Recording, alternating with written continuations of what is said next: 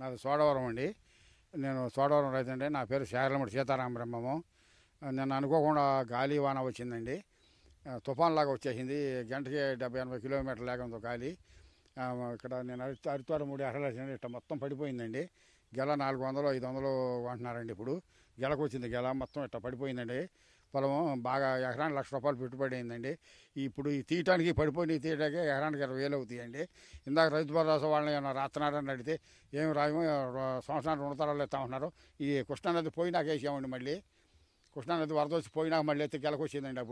అప్పుడు వరదలు వచ్చినప్పుడు 17 ఏళ్ళ కాడికి ఇచ్చారు. కొంత పొలం ఒక ఎకరానికి కూడా ఇవ్వలేదండి అప్పుడు నాకు. ఇంకా అదేమంటే నీ పొలం అటు ఉందా ఇటు ఉందా అన్నారు. వాళ్ళు అడిగితే రైతు భరోసా వాళ్ళని ఇవ్వలేదండి. అది ఇప్పుడు ఇది తీటాకే 20,000 అవుతుందండి. ఇది ఇప్పుడు మళ్ళీ ఏం పని చేయాలో అసలు అర్థం కావట్లేదండి. ఇది కూలీ రేట్లు పెరిగిపోయినాయి బాగాను. కూలీ ఇప్పుడు అసలు ఇక్కడ ఈ నియోజకవర్గానికి వీళ్ళకి పని పథకం అనవసరం అండి. ఇక్కడ కూలీలు దొరకట్లేదు. పని పథకం పెట్టి కూలీలు దొరకకుండా చేస్తున్నారు ఈ నియోజకవర్గానికి. చూసి పెట్టండి, లేని కాడ పెట్టండి. ఇక్కడ ఉండకాడ అనవసరం అండి. ఇక్కడ పని పథకము చాలా ఇబ్బందులు పడుతున్నారండి రైతులు.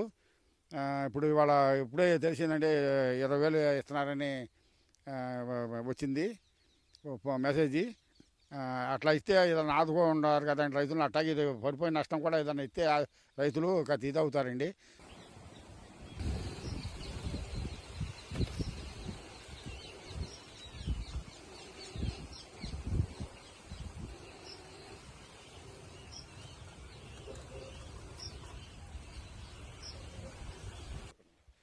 ఇప్పుడు మరి సోడారం నుంచి మాట్లాడుతున్నామండి. పేతురు. నిన్న పడిన వర్షానికి ఒడ్డన్నీ తడిచి రాసుల కింద నీళ్ళు వెళ్ళిపోయినాయి. ఇప్పుడు అవి గవర్నమెంట్ తొందరగా కొంటల ఒడ్డు.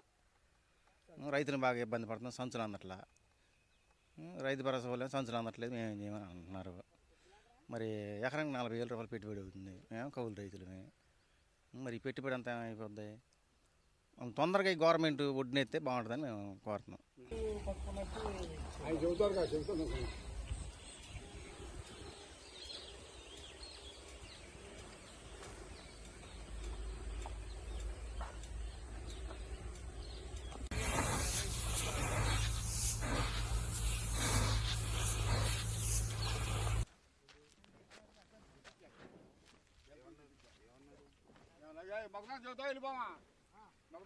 ఏమా పర్లేదు.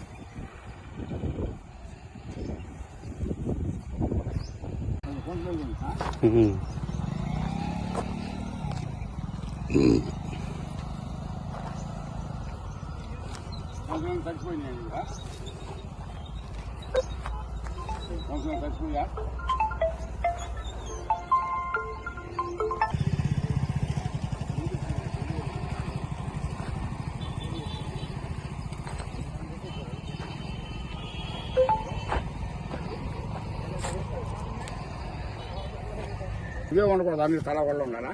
ఉండు అటు వెళ్దాం బత్తాలకాయ